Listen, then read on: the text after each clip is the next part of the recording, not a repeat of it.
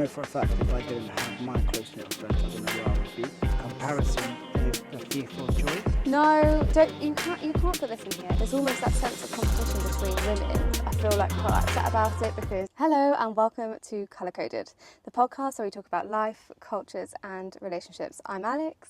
I'm Afsa. And today we are in the beautiful Cornwall, aka my hometown where I grew up. Currently sat outside a beautiful shepherd's hut that we've been staying in for the past 4 nights. The sun is beaming down the garden and the green area. We're basically in a field, by the way. It's like this shepherd's hut, should I add, is off the grid. Yes. It's been a slight challenge for us, hasn't it? Lack of electricity. Yep.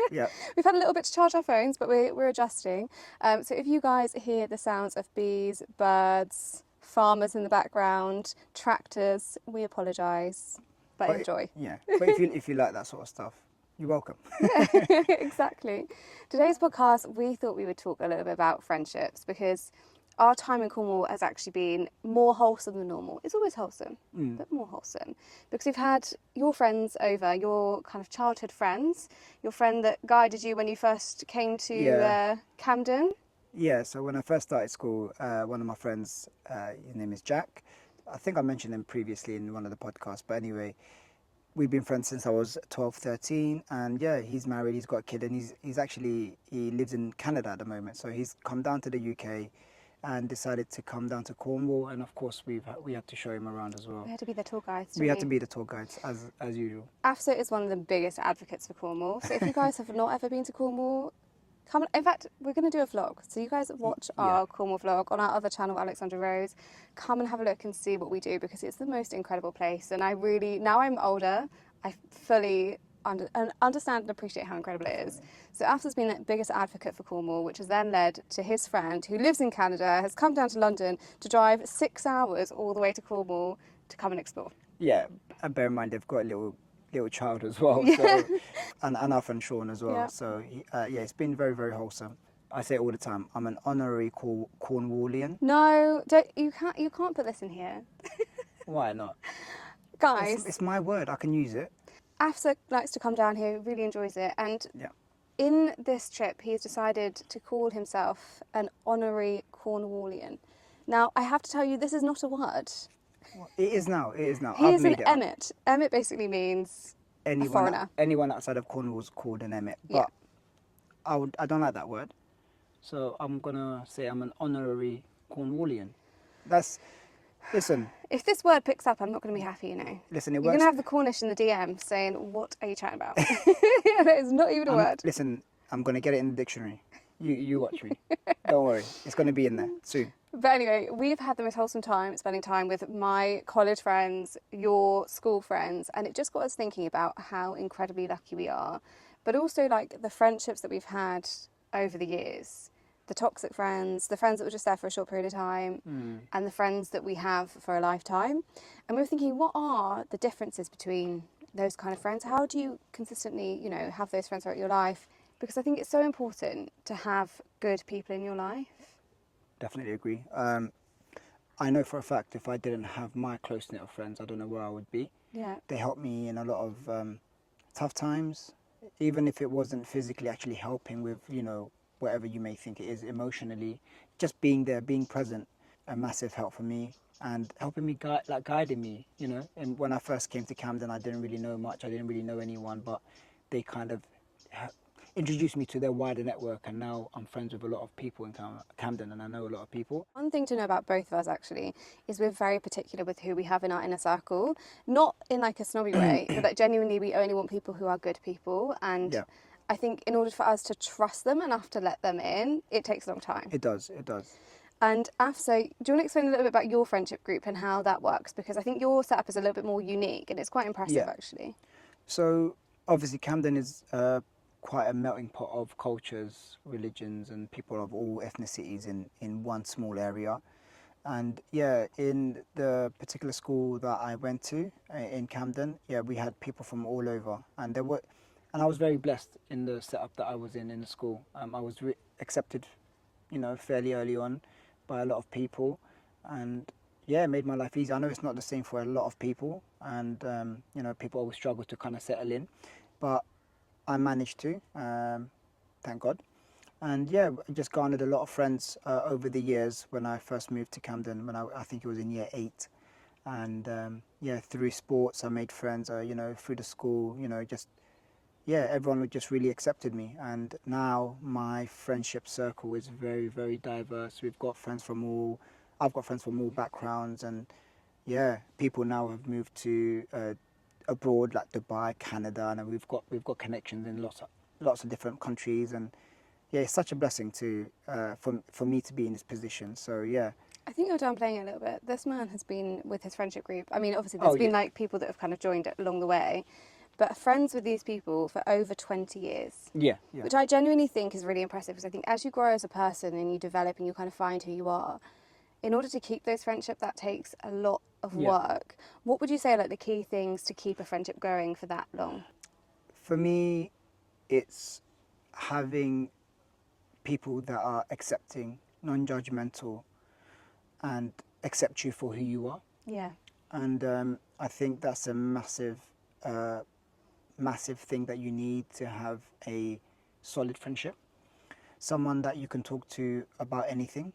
You have to find people. It's energy, really. I genuinely believe in that. Like if you're willing to be vulnerable in front of your friends and vice versa, and you know there's no judgment there. Like I said before, your friendship will thrive. I think, you know. And if they want the best for you, and you want the best for them, you know, it's gonna get stronger and stronger, I think. Definitely, and I think one of the good things about your friendship group is although you have that the non-judgmental side, they'll also hold each other Yeah, accountable, yeah, and that's so important and so key. yeah. That's very true. Accountability in our friendship circle is very, very important. If anyone's doing anything wrong or saying something incorrect, we will always hold them to account. And honesty is very important. So, you know, as you get older, you realize how, you know, there's not as many honest people around. Some people Yeah. are there for a short period to, you know, get something out of you for their benefit, and Yeah. then for them to just kind of, you know, go on their way and forget about you. But if you have honesty in a friendship, you know exactly where they stand, you know. And like I said, we've got friends all over the world. Sorry, well, not all over the country, all over the world, and we're still, you know, I still talk to them. We have WhatsApp groups, and you know, we're constantly in communication. Everyone knows about each other's you know, months, years, or what's going on in their life. And yeah, we celebrate everyone's win. Like that's the massive thing. Yeah. There's no Um, jealousy. no jealousy. We celebrate everyone's win. We always encourage each other to be better, to do better. And any business idea, any type of ventures any of our friends go on, we would be the first to support. You know, 100%. that's it. It's like a support group. A friendship should be a support group. That's what I think. And yeah, and it's again major fact as well. Make sure your friendship circle have fun, Yeah. you know, and know how to Like, have fun. yeah, actively trying to organise things, you Yeah, know, yeah, even if that is, you know, during lockdown. God, I hate even mentioning that, but you guys would get on Zooms together, you'd have yeah. conversations, you're constantly checking in with each other, Mm. making sure each other's okay, giving each other updates, like genuine, deep updates about your life, Life, right? yeah. Which I just think is so important and integral, and knowing that the ears that that's falling on, you can trust it. Do you know what I mean? If you're 100%. telling them like your deepest, darkest secret, you know that that is staying with them and them only. And Mm. if they hear it, they're not judging. That's it. They're Yeah. just going to be there to support you if they need it. And I think it might be quite good to talk a little bit about those kind of friendships, like you were saying, that are there to gain something out of you. Mm. I'm really sorry I'm bright in the sun. Can we switch places? Sure. Is that all right? So sorry, guys. If you're watching the visual of this, we've had to do a little switcheroo because I'm ginger and I'm very pale, and I was directly in the sun. And if I stay there for any longer, I'm going to be getting sunstroke. So yeah, we've just swapped seats. What was the question again? Sorry. The question, Oh yeah. Sorry, I've got it now. It was about the friends that come in for a short period of time in your life, and they kind of get what they need, and they kind of go about their way, and you kind of lose connection with them. At the moment, you might not think, you know, there's anything wrong with them, or you know, they're there. That you think originally they're going to be there for a long time because you might be exchanging energies at that point, but you don't necessarily. It's very, what's the word? It's very innocent, yeah, you know. But as you get older, you realize not everyone is there for you. Or for the right reasons. I For think the that's right, what it that's is. what I'm Yeah. trying to say. Sorry, yeah, for the right reasons. You're gonna have those. You can't kind of steer away because you can never always read everyone. So you're always gonna have disappointments in friendships, you know. Definitely. But that is how you kind of filter out what's right for you, what's good for you, and what you need in your life. Like for example, in school we had a very set group of friends. I remember, and we all had very similar way of thinking, and we always used to hang out together, did similar subjects and whatnot. And then as we got older, we got into college. That group slowly, one by one, started to split up. Everyone started to do their own things. They started to form their own friendships, and And that's okay. no, Like, that's I genuinely think that's okay. I think that's part of like getting older, right? 100%. Like, because you really start to find out who you are and also what you want in a friendship. And I think when you're younger, you don't always see the negative. You go, oh Yeah. no, they wouldn't do that, but actually they would. Yeah. And I think as you get older, you start to find people that have, you know, similar. They might not have similar interests, which is maybe what you start off with. You both go to football, or you both go to dance classes, or whatever. So you're like, okay, well that's our like friendship bonding. Yeah. But actually, as you get older, it's more about morals, I think, and like who you are as a person and your drive in life, where you want to be. And I think it's important to have those kind of friendships. So, for example, one of my jobs that I worked at, I had like a really close group of friends. And then as soon as I left there and I actually got promoted, I felt a real shift in the friendship. And I remember saying to you at the time, like, you know, I feel like quite upset about it because I feel like I've been left out and, you know, they're going out and they haven't been invited. And Ash was like, they're not true friends, Alex. Like, they're friends of convenience. That's it, yeah. And I think in life, those having friends of convenience are important because they get you through work, they get you through certain things in your life, but you also have to kind of identify whether they're a friend of convenience or they are a true friend. Yeah. And I think they're the two main things when you're thinking about friendships. What is the purpose there? Are they there because they want to get something out of you? Are they there because it works well because you're both at work at the same time? Or are they there because they actually truly want to be your friend and want the best for you? And I think what I found really hard about that particular time was I am like my friends, so I try to be my friend's biggest advocate. So if there's something amazing's happened for them, I'd always be like, that is so amazing. Like, I'm so proud of you. That is really incredible. And like, I genuinely mean it.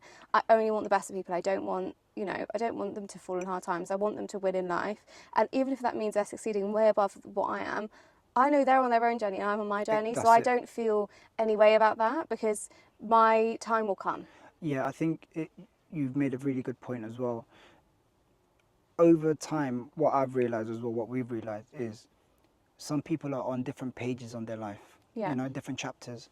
And if you're slightly ahead or someone else is ahead and you're not happy for them and there's jealousy that starts to creep in, that is going to be one of the major obstacles in friendships. If jealousy starts to creep in and you start to resent that person who's meant to be your friend, that's when you know that friendship is not going to last. Yeah. You know? And I think also if you are that person, and I think we've all been there at some point in our life. This is not saying that we are completely innocent in this. Of I'm course, sure yeah. when we were younger, we definitely felt like this. But it's then about reflecting on yourself. So I think if you are starting to feel envious of somebody and starting to kind of like think, oh, why have they got that? Why do they deserve that? Well, actually, maybe have a little bit of reflection of yourself. Okay, why am I feeling like this? So this is what if I ever get like that feeling of kind of envy, I then reflect to myself, why am I feeling like this? Is it because I'm feeling a little bit insecure about something? What can I do to make that better?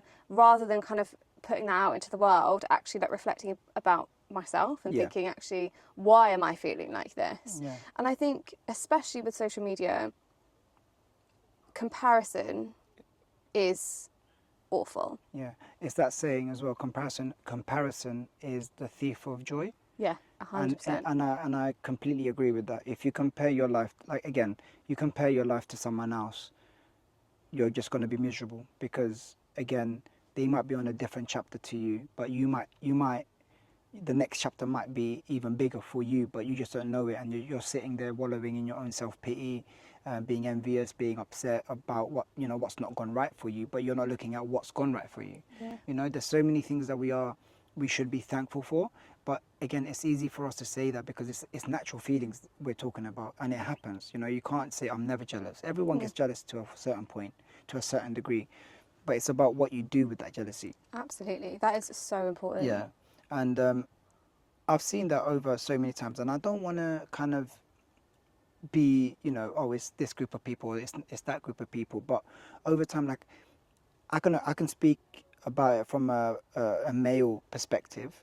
In my friendship group, we are mainly males. We are predominantly all boys, Yeah. and we have a way of, it's very upfront and honest. We're very, very blunt about things. We don't really Beat around the yeah, we bush. don't really beat around the bush, and we would say how we feel, knowing the other person won't get hurt because we've already set that precedent from the early stages of our friendship. But also, you know that it's coming from a good place. Exactly. It's not a place of like envy or No, jealousy no. or hatred. It's a place of like, okay, well, actually, I don't like that. Like, that's not appropriate or whatever it might be. Yeah. So it's just knowing how your circle is kind of set up. Again, like I said, for us, me and my friends, we make a joke. We rip into each other. We take the mick out of each other. But it's always in jest, and that's kind of put us on a good footing for now, really, into adulthood. Now we're all becoming parents. We take the mick out of the kids, but in very funny ways. But we've got so much love for each other. Behind all of that is all love. If anyone's going through, like, personally, like when I had tragedy in my family, I didn't really tell a lot of people, but my friends, like, in their own time, they kind of did things for me to help me and my family out, and I never ever asked them for anything, and they went out and did it. It's like, again, like, I know it sounds very, very cheesy. I know we call each other friends, but I look at them as like my brothers. If anything happens to their family, we would help them. If anything happens to my family, I know they're there to help me. That's what makes, I think, us so strong. No matter where you are in the world, we will make sure that you're good, you're okay. If there's anything wrong, like, all my friends, I know majority of their family members. I know their parents. I know their brothers. I know their cousins. And again, that kind of brings you into their world and their family, and you just feel a part of them. So basically, what you're saying is, like, in order to have these kind of like deep friendships, it's not about just getting to know the person. It's getting to know who they are, but their family, their friends, really understanding how they work. And I think one good thing about your friendship group is, if you ever notice if, for example, one of your friends is a little bit quieter than normal, or they're not kind of like talking in the group or whatever it might be, you'll always reach out to them and check they're okay. Yeah, yeah. And you're quite open about talking about mental health as well. Oh, yeah. Because I think this is quite an important topic as well, especially for men. The amount of, sadly... The amount of suicides amongst men is very high, and it's because, as men, we're kind of taught to, especially a South Asian man, I never ever heard of mental health. I've never really known anything about mental health growing up, because in our culture, we don't really do that. We don't really talk about it. We hold our emotions in. We deal with it ourselves. We don't reach out to anyone. We don't. If anything, if we have any mental health issues or periods where we're really struggling, we kind of keep quiet and hope for it to pass. Like, for example, I was telling Alex, when I was younger, I had probably very, very high levels of anxiety because, again, I used to be a bit of a terrorist. I used to really get into my thoughts and not be able to sleep. But when I was growing up, this was when I was 16, 17, I thought, oh, these feelings are just a part of growing up. Yeah. And I thought it was normal. But obviously now that around, say, my mid-20s, we started to kind of, me and my friends, we understood what mental health was a little bit more, and we made sure everyone had the option and was comfortable enough to reach out to one of us, And now we talk about it all the time. We're very, very, like I said before, from the original point, friendships, you have to be able to be vulnerable. You have to be vulnerable. They have to feel like they can be vulnerable with you as well. If it's just one-way traffic, you have to kind of question, why are they not able to kind of confide in you, or why are you feeling like you can't confide in them? Is there no trust? Is that because you're afraid that they're going to judge? If those questions come in, or you're feeling ashamed. Or you're feeling ashamed, yeah.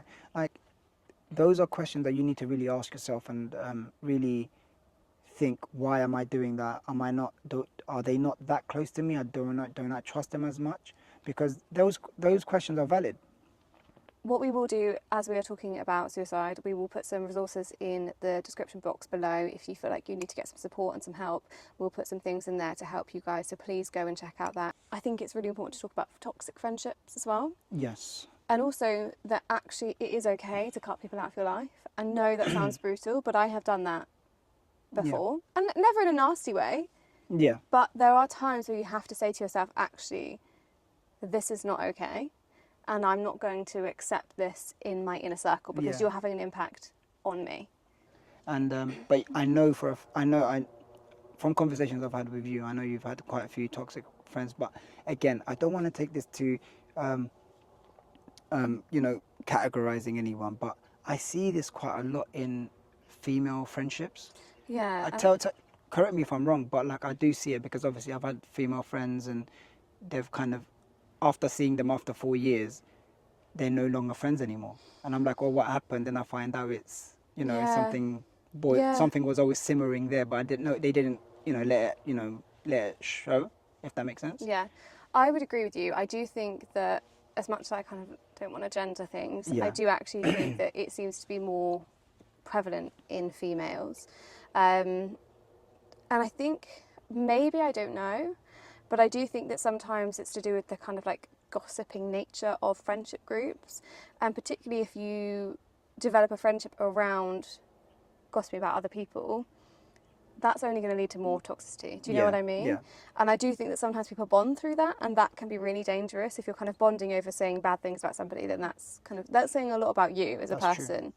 And I just think, I don't know what it is, but I do think sometimes females can be, and like also men as well, but this is just my experience, there's a lot of jealousy. I was going to say. And I think sometimes people look at the end picture and they're like, oh my goodness, like they've got it all, they've got this, they've got that, they don't deserve that, how did they get that? But they don't see the journey that it's taken to get there, or the dedication or the hours that are put in to make that progress, to develop as a person. And I also think that potentially media and society puts women against each other, because it's all about who's the most pretty, who's the most beautiful. You're in school, who's the most, who's got the nicest hair, who's got the nicest outfit. There's almost that sense of competition between women that I think pits women against each other. I was actually gonna say that. Why do you think? Because obviously, what I've mentioned earlier, me and my friends, there is a competitive nature, but it's never on a personal level. Yeah. If that makes sense. Yeah. And I know women are always pitted against each other, and comparing yourselves to another person, and I see that a lot within female groups. My friendship, remember I mentioned that we're very, very blunt and very honest. We don't really, we'll make fun of a serious situation, we'll make a light-hearted joke, and we're very, what you see is what you get. Whereas, again, correct me if I'm wrong, when I see female friendships, I feel like they kind of put up a little bit of a front, and it's a bit of a show sometimes. I think that's probably a bit of a sweeping statement. Some female friendships, I think.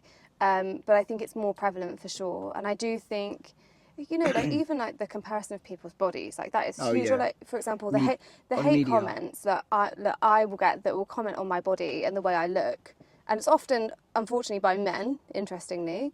But those kind of comments instill this kind of feeling of, okay, well, I need to be like this person, I need to look like that person, or, maybe I shouldn't have that. And I'm the biggest person on like social media, on videos. Like if I've got rolls showing, I don't care. No. Like that is my body and I'm okay with that. This is who I am. And that doesn't mean that I don't have insecurities, like I definitely do, but I just think society and media and also consumerism, it really pits women against each other. So Definitely. If you feel insecure about something and you look at your body and you look at somebody else's body, they're like, oh, I wish I looked like that. It's immediately making that kind of air of competition and envy, right? Definitely. So I think sometimes that can be a problem for people. But I think it is, with friendships, it is about, I don't know. I also think with friendships, in order to keep long friendships, it's not always about having constant contact with them, Yeah, but it's about showing up where they need you. that's it. And that's really key. Like, a lot of my friends live across the world. I've got a friend in Thailand, I've got friends in Cornwall, I've got friends all over. And it's not about always being there, but it's always being present and showing up when they need it. So if I know that my friends are having a hard time, I'll actively try and make that effort. You know, I'm going out to Malaysia to meet my friend that lives in Thailand, like making that effort to go and see them and showing them that I really care about them, remembering their birthdays. And every time when you meet them, knowing that actually it's going to be like it always has been. 100%. Like it's not like, okay, it's false and I feel really awkward around them. Like when we saw some of my friends last night, it's like we hadn't been away, even though we hadn't seen each other for months. It's like we'd never been away from each other, and it immediately goes back to that. Oh yeah. Yeah, it felt like you just picking up where you left off. Yeah. And credit to you as well, Alex. I'm not just saying that because obviously you're my wife.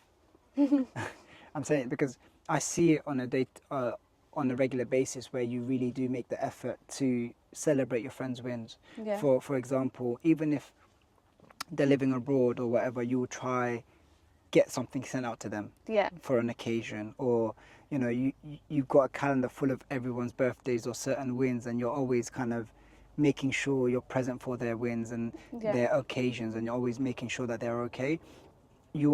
You need every friendship group needs someone like the glue, and I feel like you are like the glue of a lot of friendships, from what I can see. Yeah, maybe I don't feel like that, but maybe it's the small things. It's the small things. It's the small things, and it's just showing up and really encouraging them and just supporting them. And I think when you have friendships, that is the most important thing. But I think, like we said earlier, if you have toxic people in your life, it's okay to say that enough is enough, and they are impacting my mental health or they're impacting this, and just to say, actually, this isn't what I want anymore. Yeah. And you can do it kindly.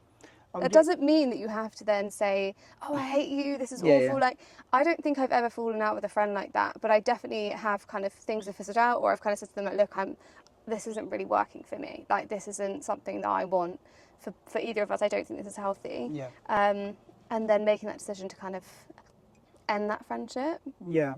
And sometimes friendships, if they're not you know, meant to last, they will just fizzle out. So you might not even need to have that conversation, because I know that's a massive for me. I don't like, it's quite awkward even for me, like, to tell someone, you know what, I don't see this going any further. Like, sometimes you both kind of know it's leading to that. Yeah, that's the best way, isn't it? And then you slowly just stop talking, and I think it's knowing that that's fine. okay as that's well. Fine, yeah. That is okay. You don't need to you know, keep that friendship going. Sometimes it's okay to let things go, and I think that's so important about friendships, is sometimes people are just there temporarily. Yeah. And that doesn't mean that they haven't added value in that period of time, or that they were a bad friend. Actually, you might have really needed each other in that time. 100%. And then you've got to a place where actually, okay, we're doing different things, our values don't align, we're going to have some time apart, and maybe you'll reconnect later on in the future. But I think as long as you're putting good energy out into the world and you're checking yourself, I think that's kind of the key takeaways from this video, is making sure you are really supporting and advocating for your friends, but also holding them accountable. That's it, yeah. For certain. But also checking yourself. Yeah.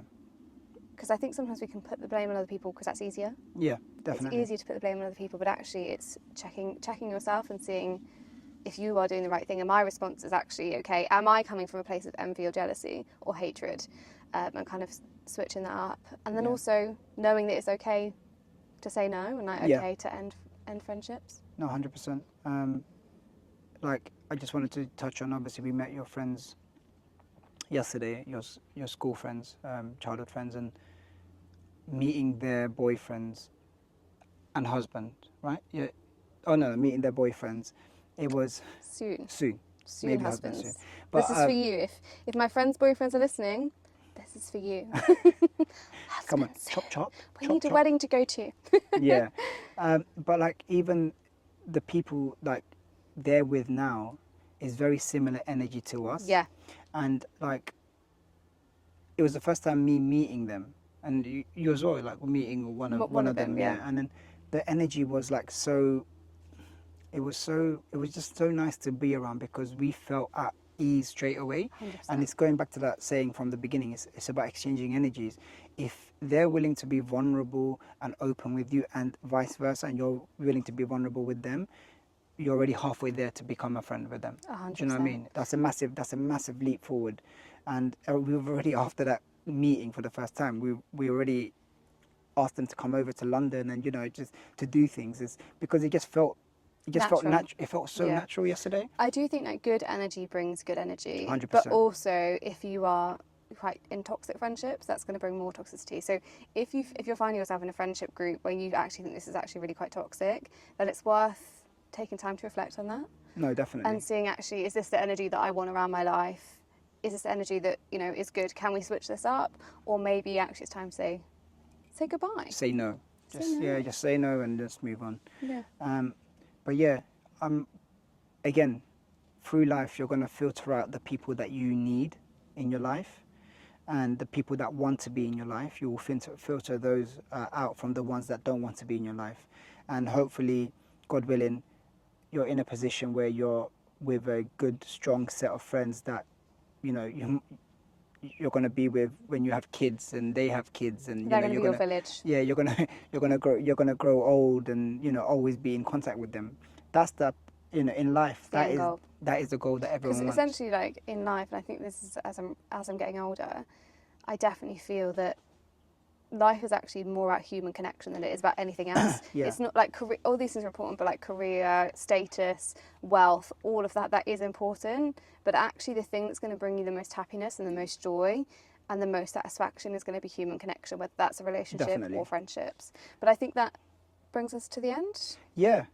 So, again, hope you've enjoyed this conversation, and if you have any nuggets of information or helpful tips for other people about relationships, friendships, or experiences that you've had, drop them in the comments, send us a DM or a message, and we will see you in the next one. See you in the next one. Oh, forgot to say, if you enjoyed this podcast, make sure you subscribe, like this video, follow whatever platform you're on, and we will see you in the next one.